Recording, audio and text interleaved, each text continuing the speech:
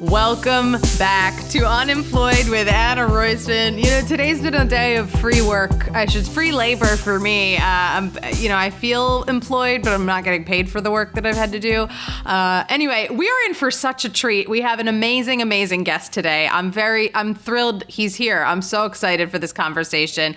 I gotta say, he is an author of the book Stop Thinking Thoughts That Scare You. Honestly, a perfect book for all of our listeners. Also, he hosts the podcast I'm Here to Help, which you can listen to wherever you get your podcasts. And guess what? I'm on an episode. You can find him at noashaw.com or at noashaw26 on Instagram. Guess what? He's also an amazing life coach, a SoulCycle instructor, and one of my favorite people, a good friend. Noah, what's up? You're here. Hi. What is up, Anna Reisman? I'm so excited to be here. I'm so happy to have you. I'm so glad I am alive and available for you and your entertainment. I'm so glad that you're alive and available as well. Everyone is. I live to make you smile occasionally. Aww. You as the comedian always make everybody smile, but I like to every once in a while bring a little light into your life. Thank you. You always bring light into my life. Hold on. Should we start out with how we actually met? Because you came to my SoulCycle class. I did. Ellen will like this. And we started talking. I can't remember. We had Paul Costabile was our mutual friend. Yes, shout out to Paul. You said shout out to Paul, and you said you were a comedian, and I was like, cool. Get up on the stage and do 5 minutes of comedy. He was like, prove it. Prove it. And she did it, and she killed it. In front of a sold-out class on Sunday night. And I just remember, Ellen, I don't know if have you been to a SoulCycle class? You know, here's the thing. All the studios, and Noah, obviously, you're the king of SoulCycle. They're all very different vibes. I feel like Williamsburg is the only studio I could really, do that. Everyone's very chill there. It's different from, Flatiron, 19th Street, the other studios I've been to. But he was literally like, she wants a bike. I'm not giving her a bike until she does jokes. I'm in my cute little matching set and I look nothing like a comedian and I'm like, oh, okay.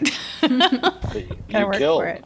You killed. Yeah, I made her work for it, Ellen. That's right. But I think you also do that with, there was another girl who I remember was in the class a lot and she rode the bike sometimes and you had her sing once and you... Chloe Lowry. Yes. Sing for her supper, yeah.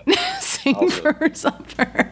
But you actually had a show coming up as well, so we promoted that and we were like, hey, do you catch Anna here and here and here and this stuff? So, It's nice you do that.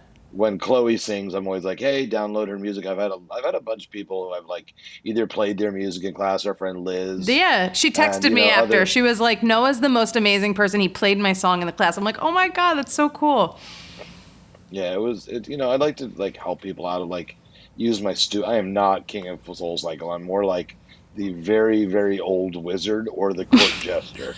I'm going to call you the Wizard of Soul. I'm sort of between wizard and court jester. It's sort of a mix of that. We'll go with Gandalf of SoulCycle. I gotta be honest though, once I started going to your class, I didn't go to anybody else's classes. No disrespect, every instructor has their fans, but I just your class is such a cool vibe that I was like, well, I guess I'll go when he's teaching. Only. I got so I would take other instructors and I hated their music so much that I just started teaching a class that I would like to ride to. Because I couldn't go. I went to so many other instructors for so long as a rider, and I was like, God, nothing sounds good to me. I fucking hate EDM. Me too. Legitimately hate EDM. I call it emotionally dysfunctional music, or emotionally deficient music, because it's not about anything. There's not a song about anything. It's like Black Crowes. She talks to angels. Oh, or you can listen to Blue Number 4, which is like yeah. Whenever I take those, if I take those classes, I find myself I'm riding, but I'm thinking about what I'm gonna eat for dinner. My brain is just not there. I'm planning my whole night and it's my ass hanging out. Yeah. You think too hard. When I'm in a class where I enjoy the music, and anytime I took your class, you always have the hits. Even if it's you'll have some deep cuts, that some people love more than others know, but you always have some of the hits, and it's then I rock out, then I get into it, That's why I play it. I play the music that people like. Yeah, All it's the right, now should we best. start talking about unemployed, different jobs and stuff? Well, yeah, but This is the job I've had longer than any other job I know. I in kind of want to know 57 years. while we're talking about SoulCycle, I want to know like how you found it because I know you've had a ton of other jobs, and I want to get to like teenage Noah, but I'm curious if you want to go with SoulCycle first. Like, Sure. how did I you was a fall big into this fat world? guy. Super long story short, I had been working as a counselor in a rehab in Los Angeles at a place called the 180 Center. One of the most expensive rehabs in the world at that point. Cost you about 60 to $80,000 to walk in the door per Wow, month. wow. And that's before your horse therapy and your $500 massages and everything else you need and your food and your It's the one where whatever was a lot of oh celebrities go. yo celebrities, CEOs of Fortune 500 companies. Yeah. And you do a weird thing when you're working as a counselor or a case manager, which is called redirection. So let's say I'm sitting with troubled Anna, and we're sitting outside and the beautiful lush grounds, and you're rocking back and forth and you're puffing cigarettes and you're having a bad time. And what a redirection is like, hey, Anna, let's go inside and get something to eat. So by like physically moving you and getting you out of that location, it'll begin to change your head a little bit. You don't get just stuck in that rut. Like everybody can still do that. And on a regular basis, we sit in our bed, we sit in our chair, we sit on our desk, we sit on our couch. Like we get in that rut. If we physically get up and we move, it feels better and it starts to change things, even just a little bit. So there's two redirections when you're in rehab. Let's go in and get something to eat. Let's go outside and have a cigarette. What I did by working 6, 7 days a week, 12 hours a day, was become 300 pounds and smoke 4 packs of cigarettes a day. Oh my God. So I went to my doctor to get some prescriptions filled, and he said, "All right, good news, it's not going to hurt a bit." And I said, "What's not going to hurt a bit?" He said, "The heart attack you're about to have. You're not gonna grab your arm, you're not gonna grab your chest. You're gonna have a heart attack so massive, you'll be dead before you hit the ground. I love you. It's been great knowing you. You're a great dude, and I'm sorry to see you go." I was like, Whoa. all right, cool, doc, Yeah, whatever, love what? you. That's some That was kind of tough. fucking, That's that the was kind of toughest love. weird, but all right, thanks for my prescriptions that I won't use all of in the next 30 days. And through a series of events, I knew what SoulCycle was, and I went out to buy underwear, and I took an escalator, and it stopped in Hollywood. The like 2 hours after SoulCycle West Hollywood had opened up, and I walked in, and I took a class.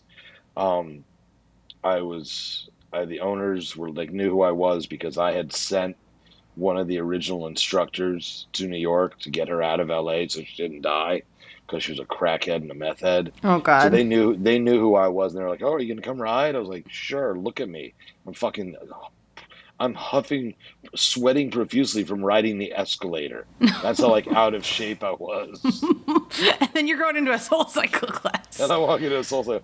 So, out of courtesy, and this I always love saying this because when people tell me like, I don't know if I can do soul cycle, I'm like, well, I was 300 pounds, and the doctor told me I was going to die.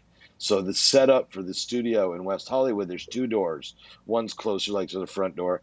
It's like the front door, and there's a secondary door which has an aisle.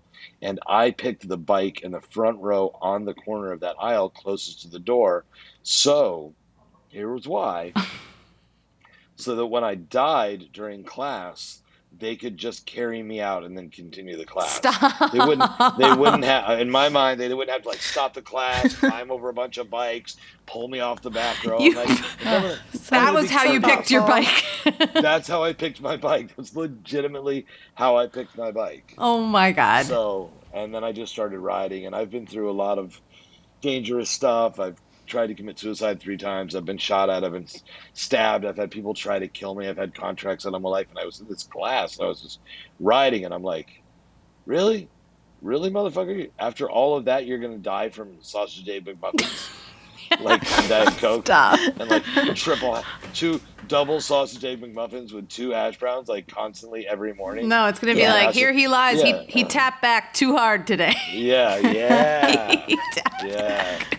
Oh Tap. my God. So yeah, But you I liked there it. was I loved it. I got really just like I found this like power in it. I was like, okay, I'm not dying from overeating. I'll die from trying. Like, I'll die in the class. I'm cool with that, but I'm not gonna die from just like doing nothing. I don't Yeah. want to die on my couch. So I was like, all right, let's go for it. Come on, God.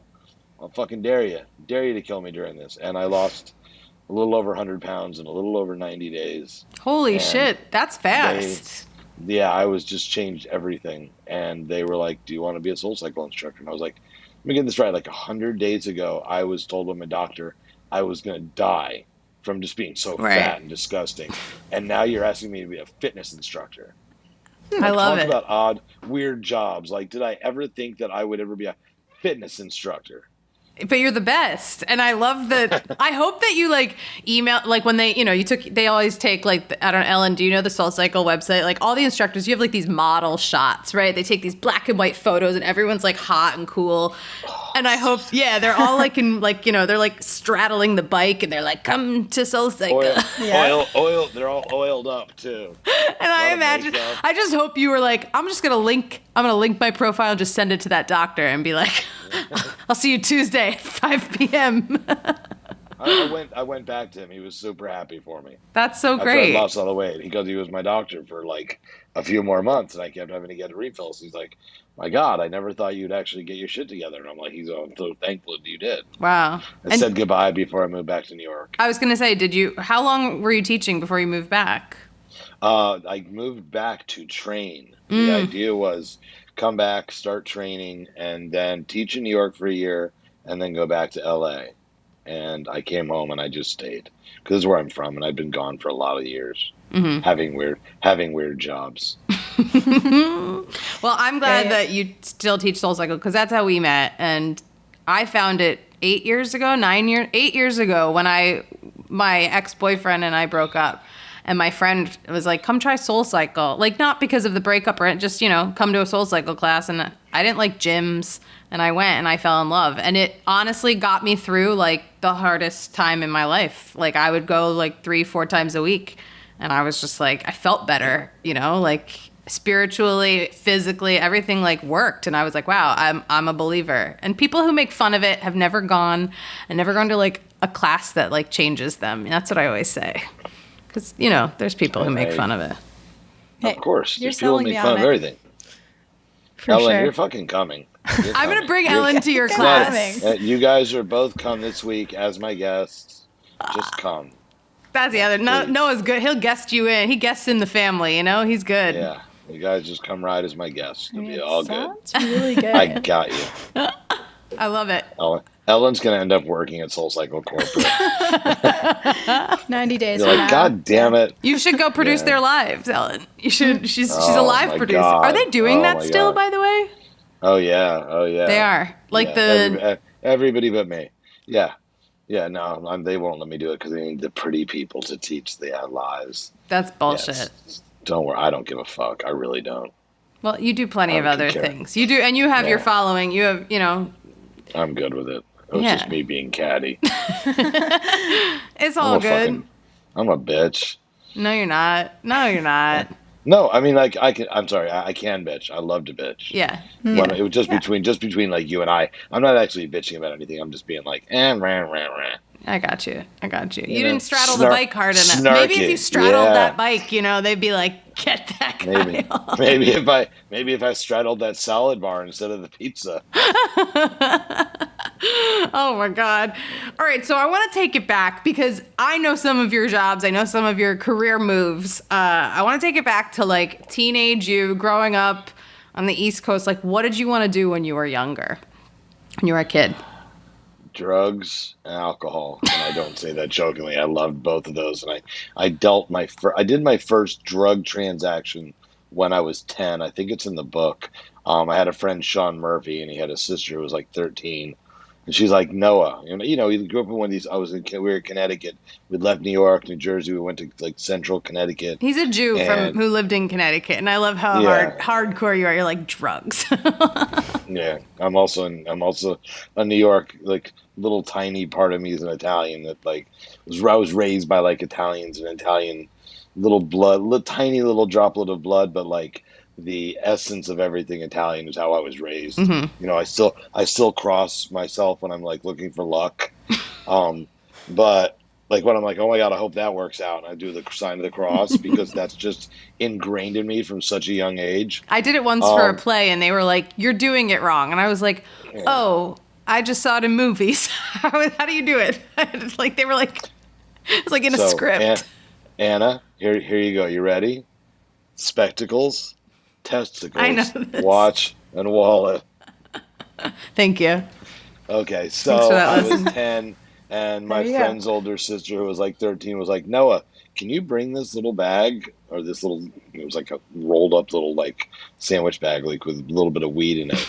Can you bring this up to the Carp's house? And I was like, sure. He's like, they're going to give you like $10. You can just bring it back here. I was like, sure. Stuffed it in my pocket, like, walked up. I was like, here's your bag. No idea what I was doing, but Oh no. apparently that was my first drug deal. And like, 1973. It was like that '70s show, but I was like the younger brother. Okay. You know, I was like So, the little kid in the neighborhood who like wanted to hang out with everybody. so that's kind of your first job. So It sounds easy. yeah, it was my first job. She got me high for it. So Wow. we'll work for drugs, and that was my mantra for Why? Because they were many like, he's years. young and cute. Let's just like let him do it.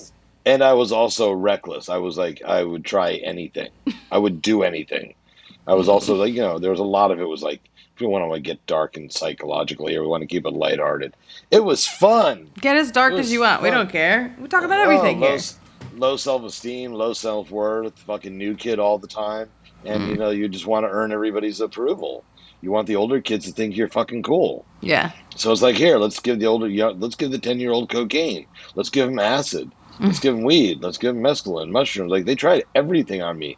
I was like a weird voodoo doll for them. Like, let's see what happens if we give him this. And it's like, well, he will break when he's in his 50s, but we Oh won't my be god. around to see it. So it's No. all right. Yeah, I tried everything. Wow. So that's when I started smoking, everything. Okay. I So guess that was my first job, Ellen. Thank you for pointing that out. Yep. I guess so. Um, So, and then I got a little older, and I realized that I could sell drugs. Hmm. Right before I started heavily selling drugs, we had moved I was 15, we had moved to Chapin Point in Stamford, Connecticut. Okay. If you don't know it, Chapin Point is a little peninsula, which in the early 1900s was like, it was the Hamptons before there was the Hamptons, was this little peninsula.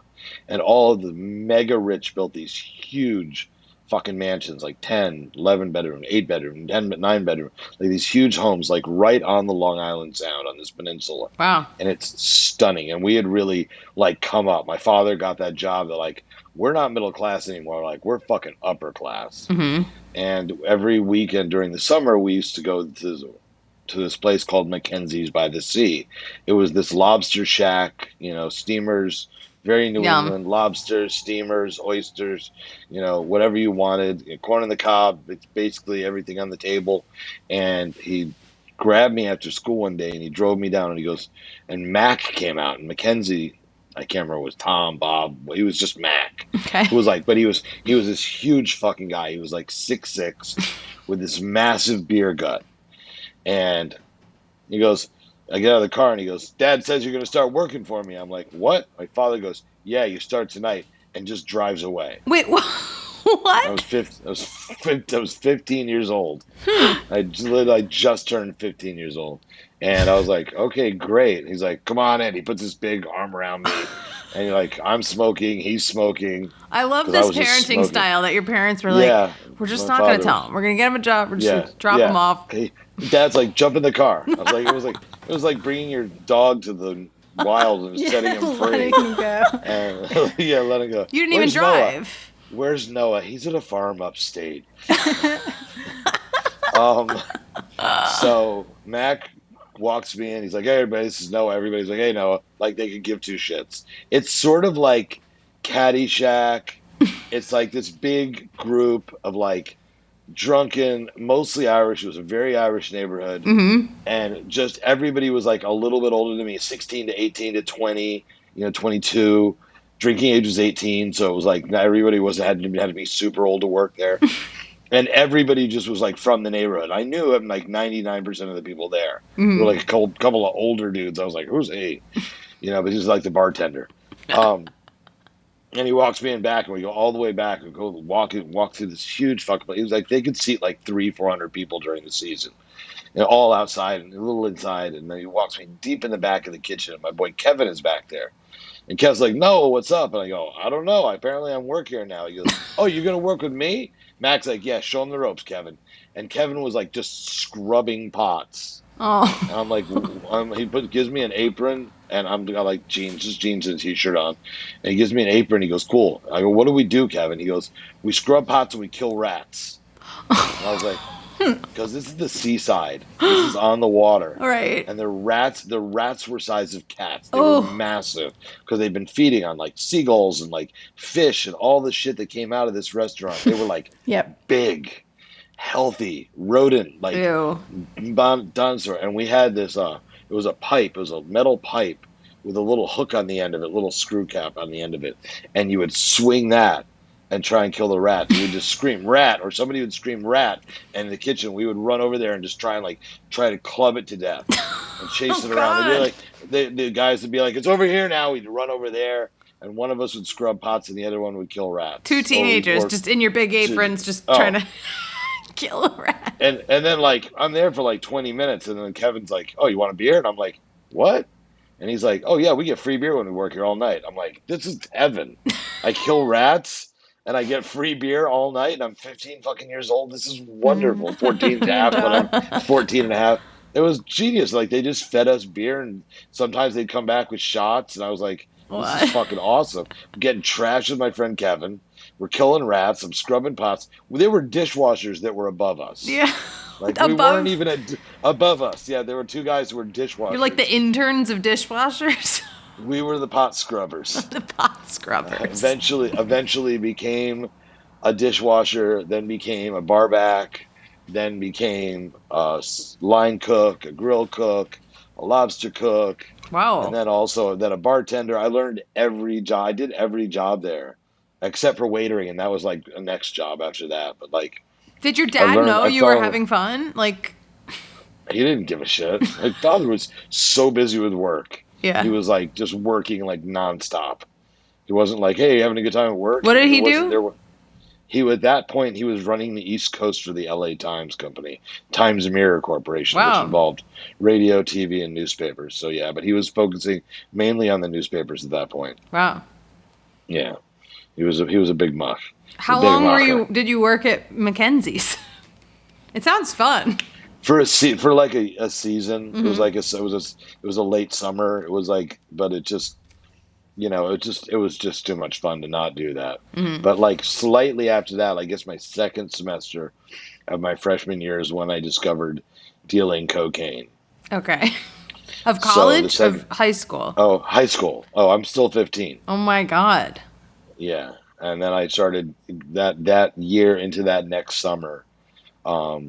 I really began dealing large amounts of cocaine and at Studio 54, and all over the place, and dealing huge amounts with my friend who will remain nameless, who was nameless in my book. But I really just sort of transitioned very quickly into like large scale drug dealing because I love the money. I love the pace. I love the scariness of it. I got a rush off it was just fun. And I was also, I was going to say, cocaine. Did you have like people who bought in like this rich area in Connecticut and stuff? Like, I imagine. Oh, my whole high school. Yeah. Like I dealt, somebody wrote in my yearbook, and my great regret is losing my yearbook. But her girl named Jan Kaltman, otherwise known as Thank You, which I can tell you off the air or on the air, I don't care what you say. But she took my yearbook and turned it sideways and wrote, "To Noah, the best fucking cocaine dealer I've ever met. Your shit is always awesome. You're always the best. You always came through. You had the best parties. Your coke fucking rocks. Can't wait to snort many lines with you in the future," in big black Sharpie. And so after she did that, I can't remember. I went home at some point that night. I was sitting at dinner, and I guess my mother had been like, "Oh, where's your yearbook?" And was like looking through it. And I remember my father going, "Let me see it." And I just remember him going like this. And just reading it, not smart, and putting it down, and just handing it to me, and going like, glad everything's going so well for you. And just like kept eating. That was it. Were your parents like, did they party or were they very straight edge? Oh, they weren't straight edge, but they just drank like normal, parents. They had a little wine, they drank. My mother tells a funny story. It's a very short story, but when the '60s, she was a beatnik. My mom was a beatnik in the late '50s and early '60s in New York City in a village, and they'd gotten married. I don't think I was born yet. And no, I was born because I guess must have been about a year old or something, still a baby. And a friend of theirs, Jay Moore, who worked in Broadway, who was like one of the biggest set designers in Broadway at that point, he got some marijuana. And she tells the story about how they didn't have anything to put it in, so they used toilet paper to roll it up, tissue paper or something. Oh, no. And she said, I always remember, I put a load of laundry in, and then we went outside and smoked it. She goes, I don't know if I was high. I just know that I didn't really care about the laundry that much. And I was like, that's weed. Yep. That's just weed. Oh, I love that. That's great. Whereas I've told you I had the parents who were like, why haven't you tried weed yet? You're like 17. Yeah. I'm like, what do you mean? We're having an orgy tomorrow. You should totally come. My parents had a Halloween party every year, and they'd ship out my siblings and me to my grandparents. But we'd have to make the glittered signs that said, like, no smoking in here, like, no drugs or something in this room. And, like, that was your room. Yeah. You're like, there shouldn't be any drugs in my room ever. My mom would be like, here, I got orange and black glitter. You guys want to make some poster boards? And we were like, yeah. And then she's like, all right, here's what you got to write. We're like, what? I love that. Acid this way. Literally. My parents had a loft in their bedroom. There was like a little spiral staircase to like a loft. And the loft was off limits for children. Of course. So, because they said that's where they hide the Hanukkah presents. And we were like, we'd send my sister up there and be like, go see what's really up there. There were a lot of drugs and shit that they didn't. But, it's cute. Cute. Yeah. Cute. But they tried.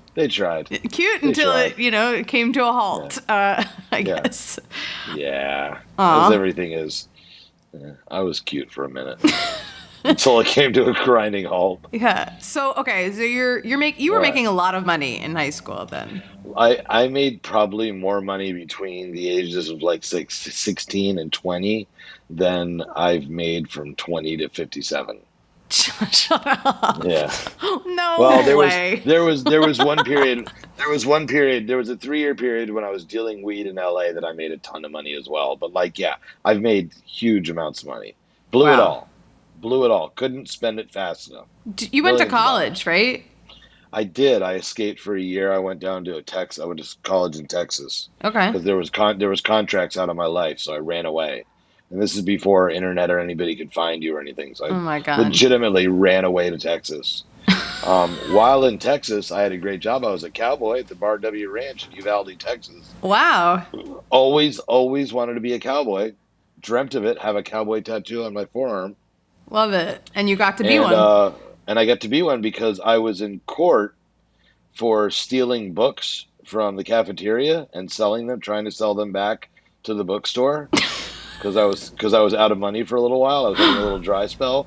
And there was a kid sitting on the bench next to me. And he said, is that your lawyer? And I was like, yeah. He goes, don't we live in the same dorm? And I was like, yeah. He goes, what are you here for? And I was like, stealing books. And he's like, I'm like, what are you here for? And I can't remember. He said like drunk and disorderly or something like that. And I was like, well, what are you doing after this? He goes, I want to go get a drink. I'm like, oh, I want to get a drink. He's like, well, as soon as both of our cases were dismissed, because we had good lawyers and the same lawyer, we became like besties. And we terrorized Texas for a year.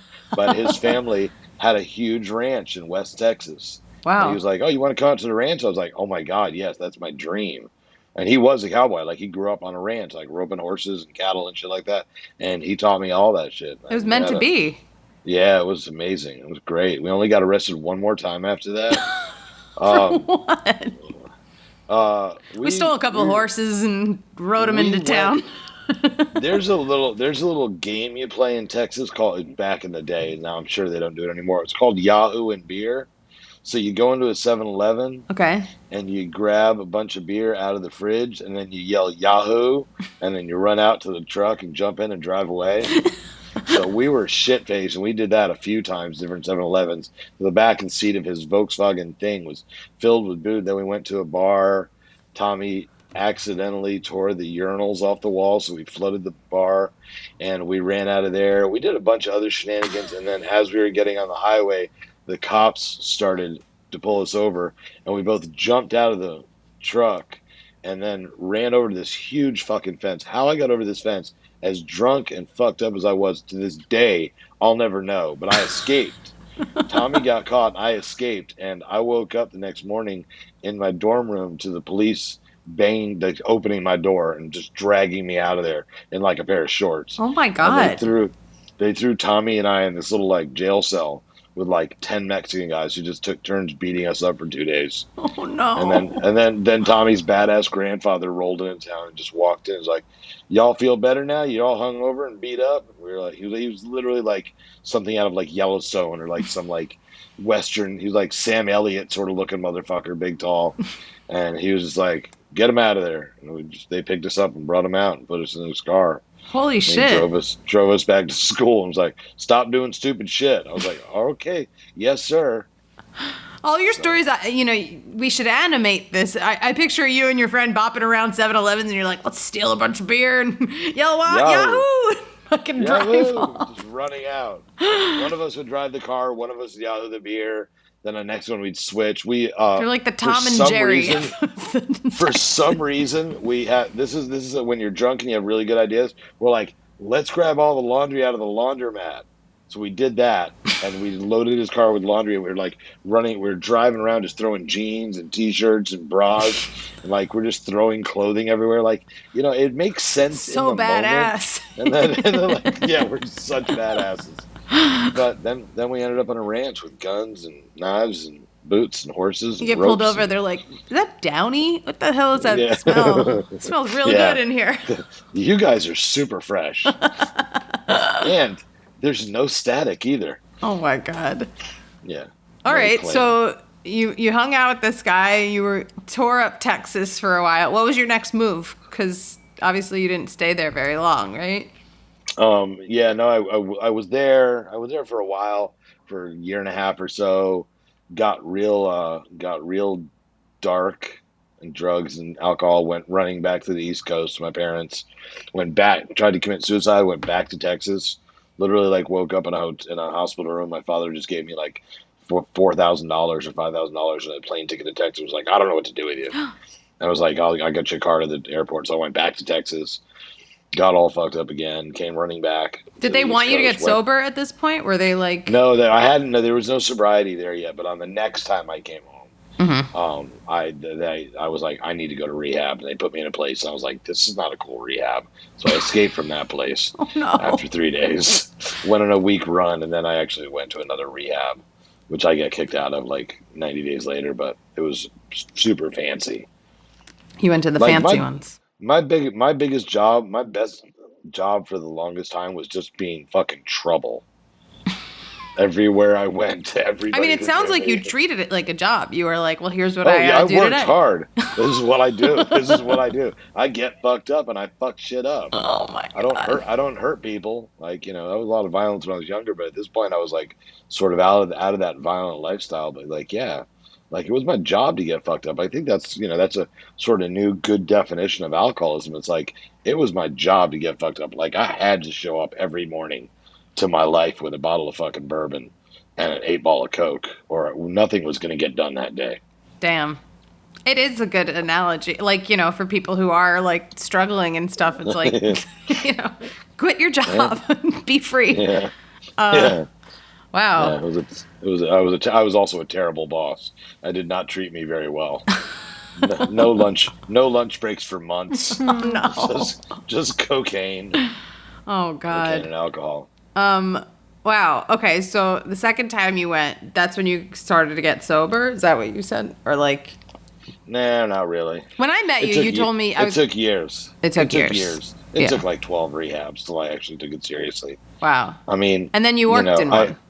Hold on. I do want to go back because I had an amazing job when I was 15. At the same time at Mackenzie's, the next summer, for a very short amount of time, for just the summer, I had a job in Stamford, Connecticut as an undercover detective for Bloomingdale's. No. What do you mean? I was just supposed to look like a normal kid hanging out at the Bloomingdale's, and I would bust other people for stealing shit. How? But the thing is, the guy I was working for this older dude and Ernie, and Ernie had like the whole place gamed out. He's like, "All right, listen, we like to smoke. You like to smoke weed?" I'm like, "Yeah." And like, "You like to party?" I'm like, "Yeah." He's like, "All right, this is what we do. This is how our day goes. In the morning, like you'll be on the floor, I'm gonna be upstairs. I'm gonna take a little nap because that's where the bedding is. They got this bed set up in the back. He gonna Later, nap at later on, Bloomingdale's. late, he's in the like storeroom, like hiding on a like a priceless bed, on like a Cali king bed with like sheets, full sheets, everything. And then he's like, "Yo," in the middle of the day, get some 40s. I'll bring him up there in my lunch bag, and we'll drink some beers and shit like that. And we'll smoke some weed.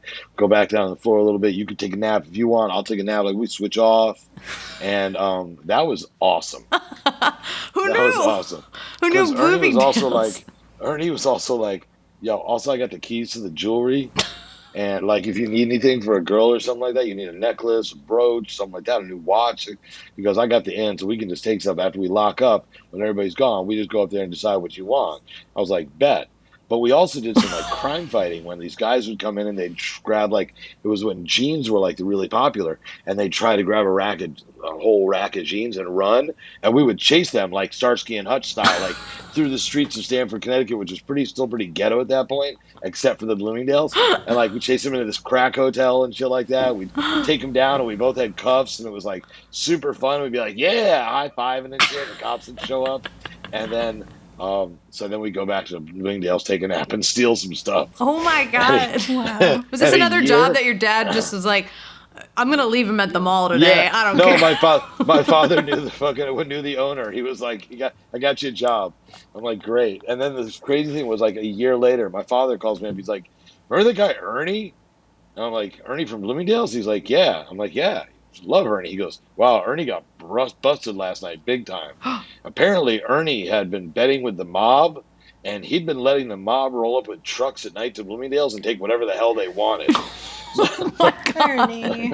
Ernie went to prison. Oh, Ernie went to shit. prison. Yeah. Wow. So You got out Ernie after went to prison. that gene wreck. Yeah. Before the caper really went down, I got lucky. I love So that lucky. he felt you out. He's like, do you like to smoke weed? Because Yeah. I'm going to Oh, dude. nap. I had this afro. I had this massive afro. I should have just worn a shirt that says "I smoke weed often." Like I was that guy, and I would hang around with black guys way more than white people, because my school was like this integrated school. So it was like I knew all the dudes from the worst part of town, and I was a drug dealer, and I loved weed. I still love weed. I can't smoke it, but weed's amazing. I always say So though, like, and I say it a lot on this podcast, like interviews and shit, like, your level of, your experience matters a little bit, but people want to hang out. They want to like you. They want to hang out with you whenever you get a Yeah. job. Like, they want to make sure, Yeah. like, we're cool. Oh, yeah. We can spend time together. Are you cool? Are Yeah. you cool? Can we talk shit about the boss? Right. Can we do that? That's Yeah, all they like, want. That's what they want. They want somebody who's cool because they're gonna spend all this fucking time with you. When I've hired people, I don't hire people like okay, so I opened. We'll just jump ahead until I designed, built, opened, and operated a live music club for Aerosmith in Boston, 2,000 capacity live music club. Now, when For you the put an ad, Aerosmith. the Aerosmith in Boston behind fucking Fenway Park, wicked pissing. And I lived there. when you put an ad in the paper that says like we're opening Mamakin, we're looking for every position available, and 20,000 people show up to fill out applications, Yeah, insane. and I have to interview like 5,000 of them.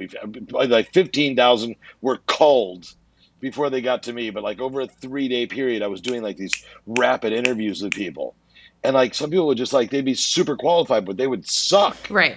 just at life. I'd be like, "You're weird looking, or you're goofy, or your breath sinks, Or you're wearing weird outfits. I don't want to look at your weird outfit all the time. I don't care how professional a bartender you are. Right. Like, it was just, I just culled people out because who do you want to spend time with? Yeah. Who do you want to drive You know? with? And I'm sure every time I was hired, it's because like, this guy's gonna party. It sounds like This guy's gonna get wrecked. Let's hire him for Well, it sure. sounds like so far your jobs, they're not like, have you ever worked at a restaurant before? Have you ever worked at, they're like, yo, do you want a Cool. beer later? And you're like, You yeah. cool? I know it's an interview, but can we drink? And I'm like, sure. Would you like some? Absolutely. I've done some jobs that were like, I was a pipe fitter in Texas at one point where you had to you're dealing with these high grade gas pipes for houses and construction things, and I'm the guy that would create the pipes, the rivets and screws on the end of these pipes, and this is an exacting job.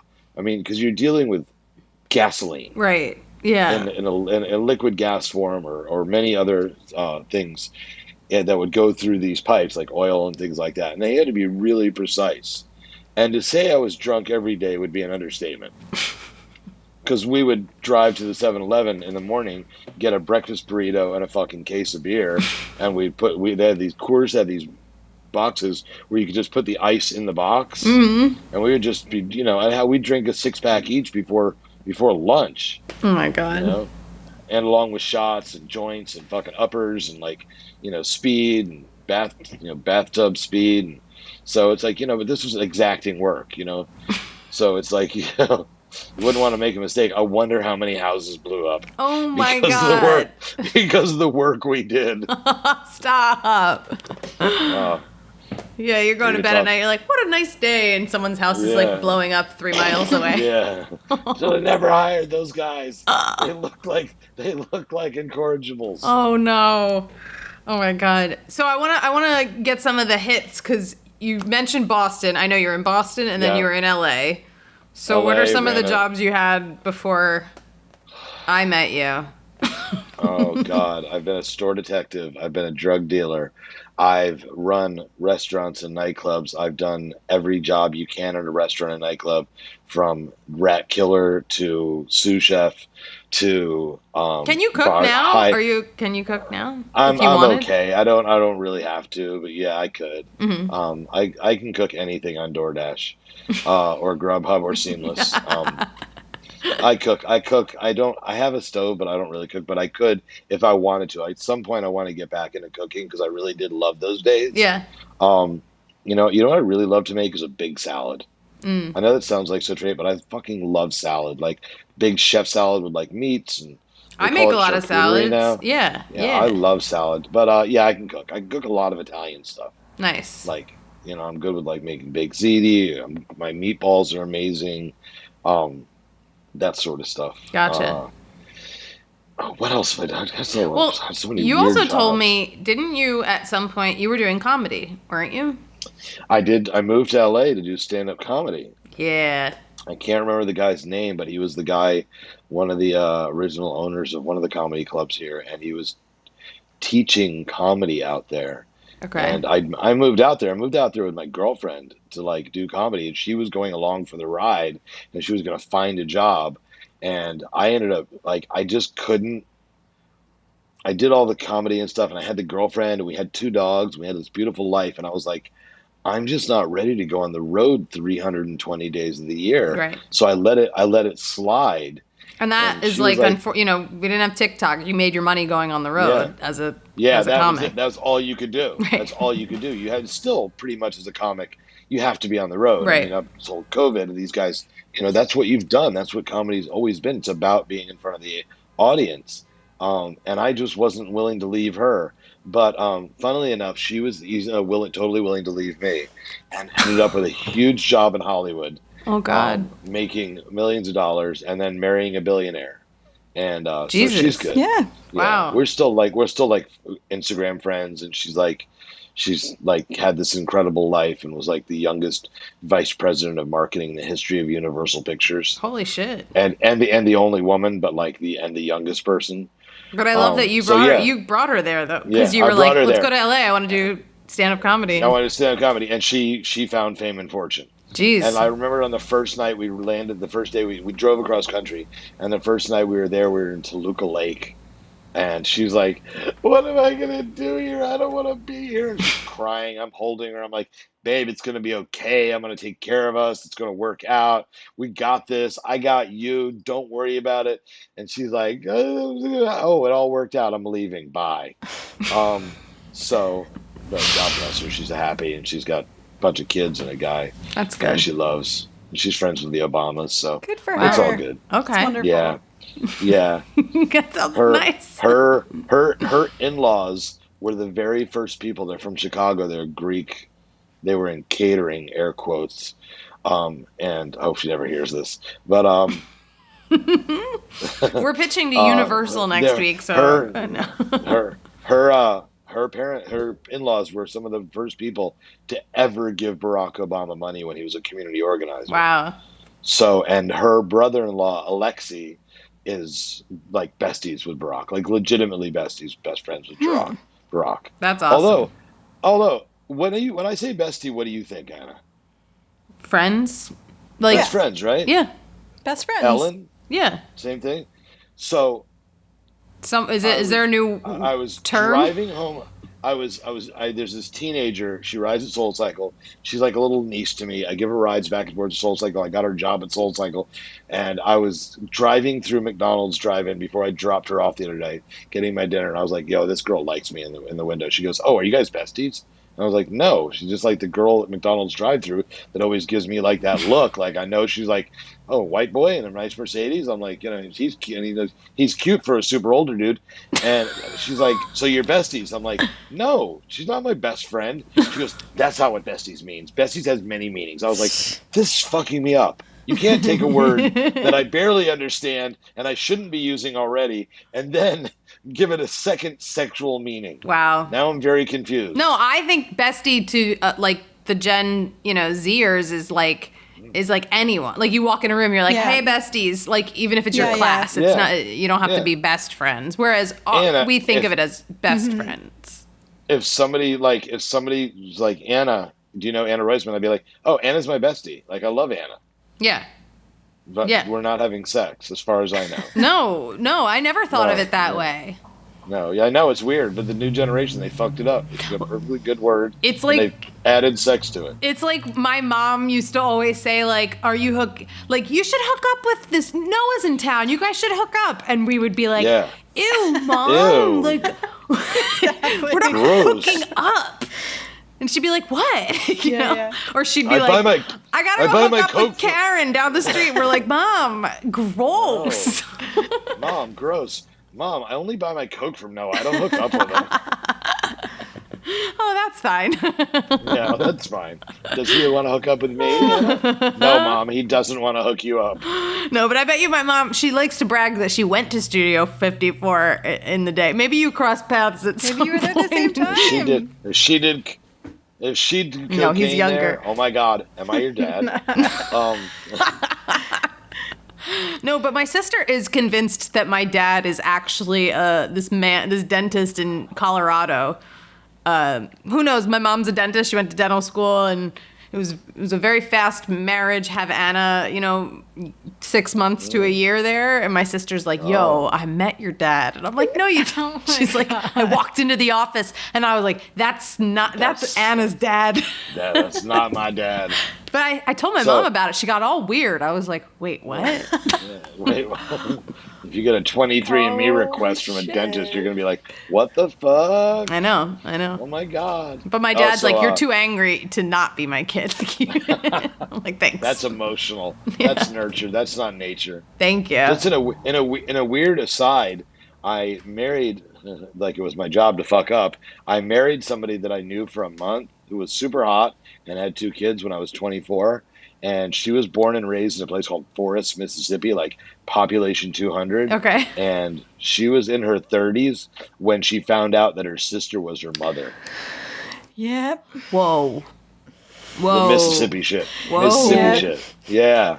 She thought it was her sister, and there was this weird period for like when her mother went out of town for a year and came back with a daughter.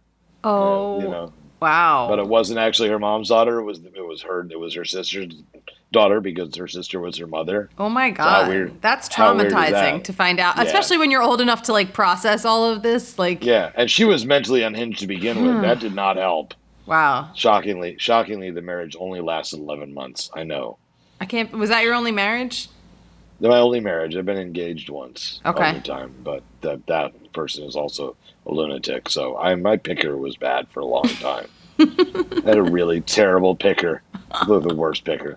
I mean, I had some good ones I was here and gonna there, say, but now as like you got older, you've picked well. You've gotten wiser as you've I aged. have as I sit here after an 8-year relationship is gone, and I'm now like coming up on 58 and single, which is such the hot thing to be right now. Honestly, Because it is. yeah, like really. Yeah, I think so. Really? A bunch of your friends, like, I want you to start shopping me around.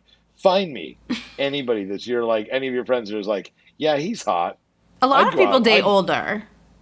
Yeah, older guys with money and careers. I don't know. That's the truth. Can I Listen, ask you, do you you want to date talk about younger? jobs? Yeah, I want to talk about jobs, but I'm Yeah, asking. I don't want anybody like my age. Right. You know, I don't want any grandmothers. I can't bang a granny. I would like I would happily like listen. The woman I dated had 2 kids. You know, over 8 years. You know, they grew up without me ever meeting them, because she kept me a secret. But that's a whole other story for another Okay. day. Wow. Yeah. Um, That's for my next but yeah, podcast. but she was like, The she was, I relationship one. guess she was 34 when we first started dating with 2 kids. So I wasn't afraid of that. And 42, 43 when we broke up. Yeah. So it's not like I'm afraid of it, but like I don't want like another 57-year-old. Like Right. I'm still like rolling my dice. Like I may get somebody pregnant. Like I want a kid. I want that job. That's the one job I want that I I've think you'd be never a had. great dad. You're kind of like Everybody says that. you're like a dad Except for all of us when you lead that class. We're all like, no, you listen to Every- dad, you run right now. He said it. Everybody says that except for ovulating women. Stop. No, you'll meet the right person. You will. I made Ellen giggle right there. Ellen I giggles. giggle. She's She loving giggled it. Giggle right from there. time to time. She's loving it. She's like, I like that line. All right, so you've had a lot. I mean, we've been all over the map. Are there any other jobs that stand out to you? I want to know because you became a life coach. You really. I want to say you talked a lot on this podcast about you were a fuck up. You did a lot of drug selling and drugs and stuff, but you really like pulled your life together. You're an inspiration to a lot of people, and I think it's amazing what you do. Let me talk about one job which has to do with physical strength, but also mental strength, which I didn't really associate until very recently into what it had done for me. So the thing is, I have a really strong back. Okay. It's crazy strong. And I thought you were my gonna show friend, us. Check it No, out. He like got up. I'm like, here we go. He's gonna be like, no, check out I this. sat up straight. But if you've met me, I'm wide. I'm like my back is wide and really strong because Because you make us hold these weights out for fucking 10 minutes. Yes. You just hold them. me and my friend, let's call him Angelo, who we were going in and we were dealing cocaine at Studio 54. But during the summer, we had construction jobs working for his families and also part of my family, not my family, but like family friends, construction companies. Okay. So we'd leave Studio 54 at like 4 o'clock in the morning and be on a job site by 5 a.m. Jesus Still Christ. snorting coke, and I was my job. He could drive all the tractors and stuff. So my job was I was a mason's apprentice, a bricklayer's apprentice. Wow. So what I had is I had like two boards. It was like a board in the shape of an L. They were like made out of pieces of plywood or Yeah. like that, and it had a leather strap on the back. It was very Italian. It's like old, been used since like the Roman time. It's like it's a piece of L, and they stack bricks on that. You hold it. They put a bunch of fucking bricks, and you walk up a flight of stairs.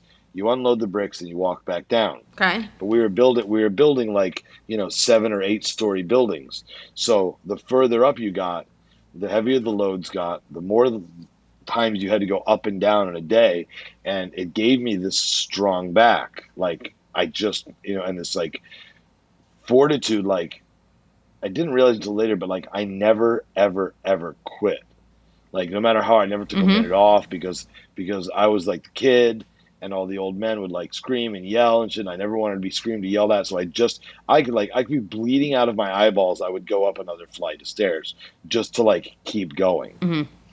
I also liked lunch because it was very Italian, because we would just sit in a circle and they would pass around jugs of wine. Everybody had a knife, so you would cut off a piece of cheese, cut off a piece of bread, cut off a piece of salami. Like it would just sit there, and that would be, and drink red wine, and then we'd go back to work. Like in So I Tuscany. never realized, yeah, it was basically Tuscany, but Stamford, Connecticut, building a chemical warehouse. Yeah, my summer in Tuscany, building a chemical warehouse. Yeah, I went abroad So- for school. Yeah, Connecticut. And so like that like fortitude really passed on to me, and that strength. Like I remember people have hit me in the back with like bats and 2x4s, and it's like they were expecting to like knock me out, but they never did. And that strength of like just never giving up is why I'm alive today. Because even after suicide attempts and drug addiction and alcoholism and 12 rehabs, I just never gave up. I just refused to quit. Even it sounds funny, like I attempted to commit suicide, but I was unsuccessful. And then I would pick myself up, dust myself off, and just keep fucking going. Yeah. So I'm very. It's amazing. I just had perseverance tattooed on my left side of my head about a month ago. So it's like that's, what every job I've had, I've gotten through it. There was a great story I wanted to tell you about me working at this nightclub in San Antonio, Texas, and getting fired for stealing, which I was totally doing along with everybody else. But then me attacking the manager for dare he fire me for stealing. It was really ugly scene because I was drunk, and I was drunk off the liquor I had stolen, and so I got fired from that job. That was fun. Oh my God. I've run nightclubs and bars. I've run I ran this place called El Carmen in LA, which was like the place in LA when we opened up. It was like the place where I found Benicio del Toro standing in the rain at the back of a line with like 120 people when he had just like blown up, and he was like fucking Benicio del Toro, and he was like in everything, and he's standing in line. I'm like, dude, Benny. I'm like, come on, man. It's like I was like that, where I would walk into the club, and like I'd be sitting there in an afternoon, and like Courtney Love and Marilyn Manson and Edward Norton are sitting at a table, Jeez. and then Marilyn Manson and Rose Byrne are at another table. Like it was that place in LA, like all the celebrities, and I was like that guy. Wow. So it's like it was super super weird, and my life has been weird and fun. I've tried to remain employable, but at points I wasn't. But I've always had fun jobs, interesting shit. And you are employable. I mean, I am employable now. You tell amazing stories, but you help a lot of people now. I feel like your stories are like, they're so fun and they're so animated and they're so wild, and you always end them with like, but I'm alive and I'm here, and you bring that to everything. You don't put too much pressure on it. I feel like people put so much pressure on things and dumb jobs and, getting fired and stuff like that. Like you literally are a walking, symbol of perseverance, of someone who just is like, on to the next, fuck it. I'm here and I can do more. I had three jobs in Hawaii. I lived in Maui, and I'll tell you, I'll get to the point of this in just a second. I had led horseback riding tours to the pineapple fields in the morning. Okay. I was a highly certified scuba diver, and I would lead tourists snorkeling me and a friend would circle under them in scuba tanks, stopping sharks from killing tourists. But the other job I had was I was a banquet captain for the Hyatt Regency in Kaanapali in Maui. And we would do meals with like 3,000 to 5,000 people. And I was just telling this story the other day because I think it really sums up what I do at SoulCycle and what we all do with work. So we're doing dinner for like 5,000 people. I think it was like Sony or Pepsi. They'd have these huge conventions where they'd fly in everybody, and they'd hire like Frankie Valli in the Four Seasons or Dionne Warwick or like Stevie Wonder, like big entertainment. Like they do a week in Hawaii for their best sellers or whatever.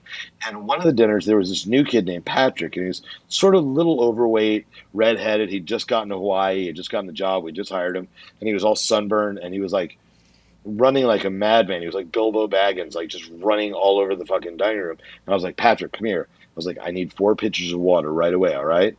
And he just sprinted away from me towards where you get the water, but he was like in a full jog. As much as Patrick could sprint, he was sprinting.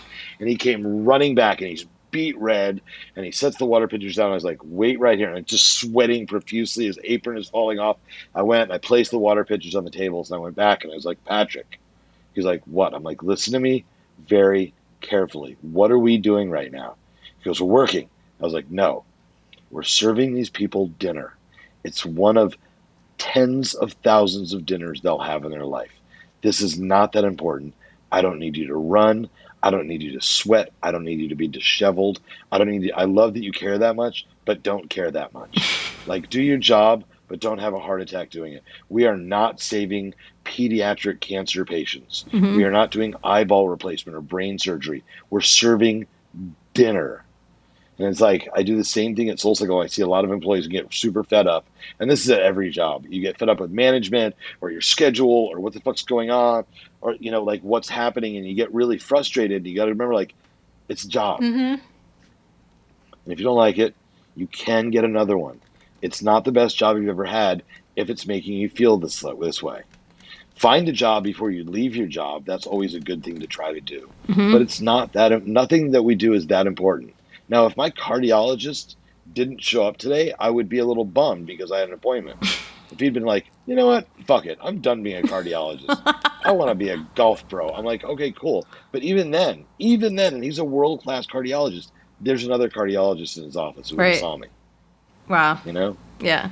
So it's like, how important is what you're doing it? Is it worth your well-being? Is it worth your sense of well-being, sense of self-worth, self-esteem, your heart? Is it worth taking home with you? Like, I had a girl that I was that I was life coaching 2 years ago, and she worked at Twitter, and she was like losing her fucking shit. Yeah. And we had to like really separate, like, you are not your job. Right. That is not who I am. And Twitter don't give a shit about you. If you suffer a fucking massive stroke because you're all stressed out, Twitter don't give a fuck. No company cares. If their employees die, they'll send some fucking flowers. They'll do the right thing. The insurance company will pay off the life insurance. That's it. You're replaced. Yeah. So like everybody gets so worked up over their jobs, and it's like, man, it's not that important. And the more you stress, the less work you're working at a deficit when you're stressed, because you're doing the work you have to do and you're dealing with stress. Yeah, You're it's twice as hard. Less effective, less efficient, less good at what you're trying to do so well that it's so important that you have to fucking kill it. Fuck it. Amazing. Well, That's awesome. That's such good advice. Thank you. I love that. Oh, he gives the best advice. He gives the best advice. That's why he has all these fans, and he's so popular. He's a life coach, and you have a really nice fan base. And can I just say one thing? You have very nice fans. Like, especially from I've made friends from your classes who I keep in touch with, who've come see me do comedy, who, they'll text me like, hey, I'm going to ride. Like, you want to go do, like, so sweet. So, and you've cultivated that group. You've like brought like this amazing community together. So thank you. Thank you. It was my honor to be on this podcast. I've been like, and I will say very categorically, I've been bugging you about being on this podcast since the pandemic started, and now that we didn't do it finally, for months because I didn't know how to do it remotely. And then no, I've been begging to do this, so I've sort of like manipulated the shit out of this. So I'm glad you've succumbed to my manipulation. Oh, stop it! Awesome. You're awesome. It was awesome doing this. This was amazing. awesome. You're both amazing. I love you. I love you. And I can't wait to see both of you in my class. Yes, we're coming. Ellen, we'll go. Noah, can you please plug, where can people find you? Where can they listen to you more? Where can they read your book? Okay, go on Amazon, type in Stop Thinking Thoughts That Scare You. Buy my fucking book, because I'm a self-published author, and every little book means 12 cents to me. I am on Instagram a lot. Noa Shaw 26, NOA SHEW, no H on that, 26. If you are having problems, or you are distressed, or you heard me and you're like, wow, I want to get in touch with that guy, please slide in my DMs or email me at noahshaw@mac.com. And I also have a website which you can get in touch with me and see what I do for a living and like how I help people. It's noahshaw.com. And like, just even if you're a single woman and you're thinking about having a baby, also slide into my DMs. I don't even need to be super involved in the child's life. If you're just looking for like a sort of like sperm donor adjacent, like I just want to see pictures and like get to know the kid a little bit, I'm cool with that as well, because that could be my next job. I can help you. There you I go. could help you raise. Papa. I could help you have a baby. Oh my God. I love that you have baby fever. Like, I didn't expect that to come up today. And you have a puppy. You have a gorgeous dog. My dog is in California, where she's been for the last 8 weeks. She was about to come home and developed ringworm and has been put into a 6-week quarantine. Oh no. But she's still in. Yeah, it's a long story. We'll talk off air. Okay, I'm sorry. I just got pictures of her the other day. I was like, my baby. Oh no. No wonder he wants a kid. Now he needs a child. All right, well everybody go follow Noah. He's amazing, and if you're in New York, also take his class. It'll turn you into a SoulCycle fan. Show up. Go say I heard you on the podcast. And that's it. Thank you so much for being here.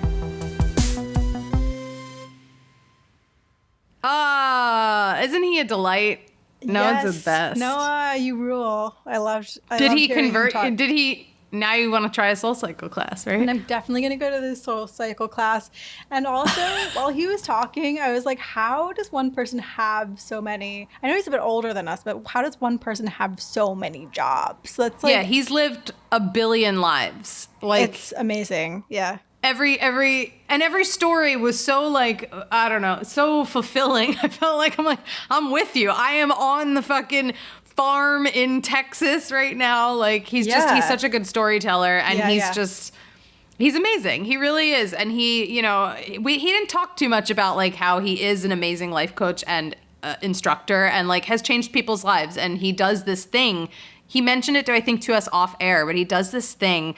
I'm sorry, I'm bragging about it, but take his Sunday night class, because the rock star ride, he plays all rock music, and he does the fuck yeah at the end of the class, where he asks if anybody in the class needs good luck this week, and everybody puts their hand on someone's shoulder. It's very spiritual, and people who've had family members who are sick, or they're unemployed, or I don't know, anything. If going through some a divorce, whatever, and everybody puts their hand on the shoulder, and he says, okay, like Ellen today needs the fuck yeah, and on the count of 3 we're gonna scream fuck yeah, and we're gonna give her all the like luck and love in the world, and we all do it, and it's people cry. It's really like, wow, it's beautiful. He'll ask, why do you need the fuck yeah this week? And some people say a family member's sick, or they'll say something like that. Does remind me of church a lot. But that's really cool. Yeah, no, definitely, because I went to like Baptist churches, and like that kind of stuff happens all the time. You're like laying hands on people and crying. Well, and things. They call SoulCycle a cult, and I get it. I'm with it. I'm fine with it.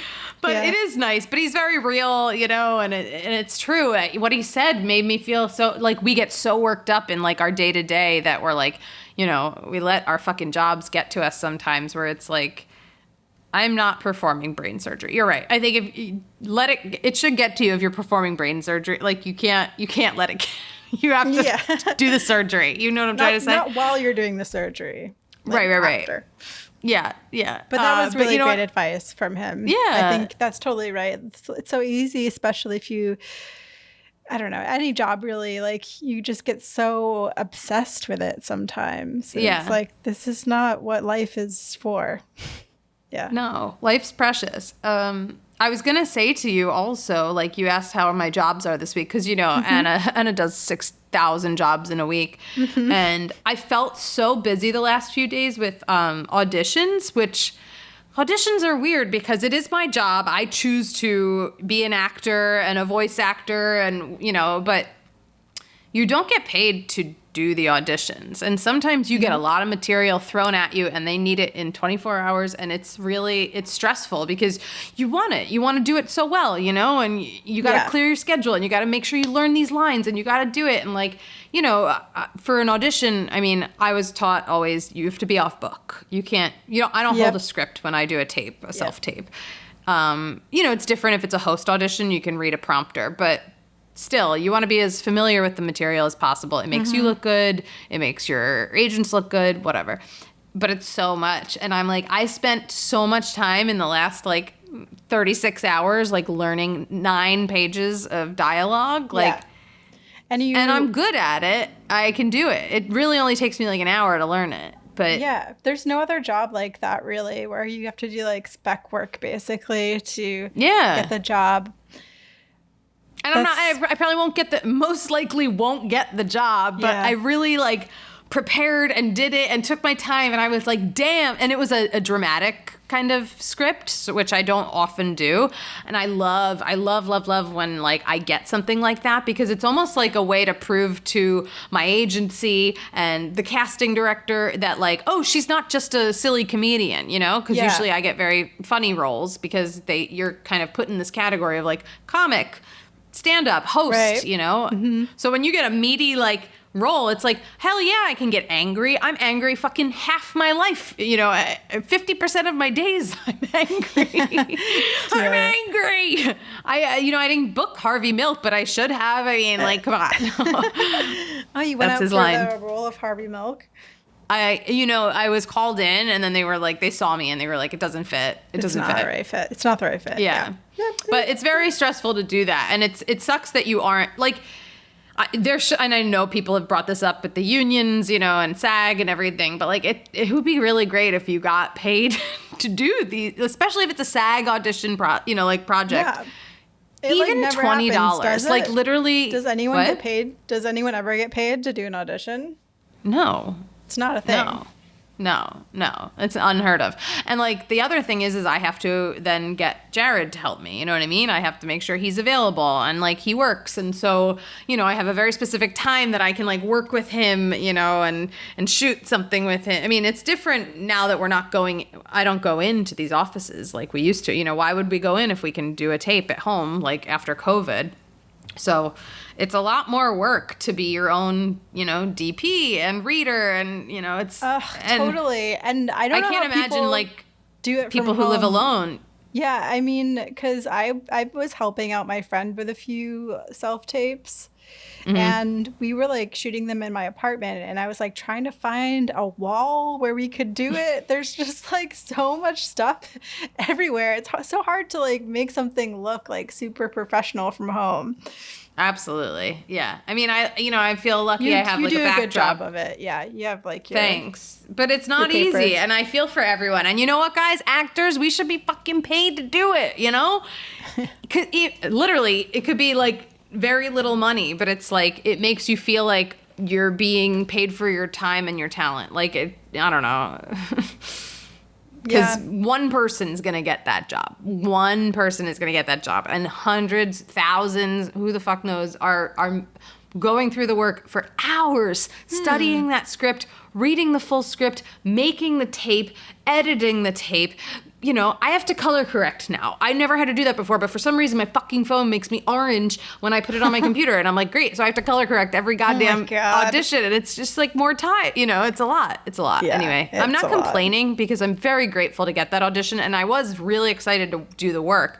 But you look back and you're like, oh my God, I have all this like emails I haven't caught up, shit I haven't done because I've been like, you kind of stop your life to do this audition and hope it's the one. Well, I'm putting out a fuck yeah for you to get that. Thank you. Touch my shoulder. Yes. Get that role. Oh, God. Yeah. All right. We got to end this episode. But Ellen, thank you for being here. I love this. I hope people loved our episode a couple ones back. We had fun. Yes. And I want you guys to know, like, we want to do it again. So please write into us. Send us your job stories. If you want to call into the podcast, would love to hear from you. You know where to find us. theunemployedteam@gmail.com, or find us Unemployed Podcast on Twitter or on Instagram. We check those DMs. We check the email. So reach out. Don't be a stranger. Watch the Patreon. Watch the videos on Patreon. And I'm sending you all a fuck yeah on behalf of Noah. Fuck yeah. Fuck yeah. Bye. Right now, I just want to take a moment to thank everybody who has supported our Patreon. This is your shout out right here from me. Tons of love. And if you haven't checked out our Patreon, all of our videos go up there. Sometimes I just write fun things because I feel like it.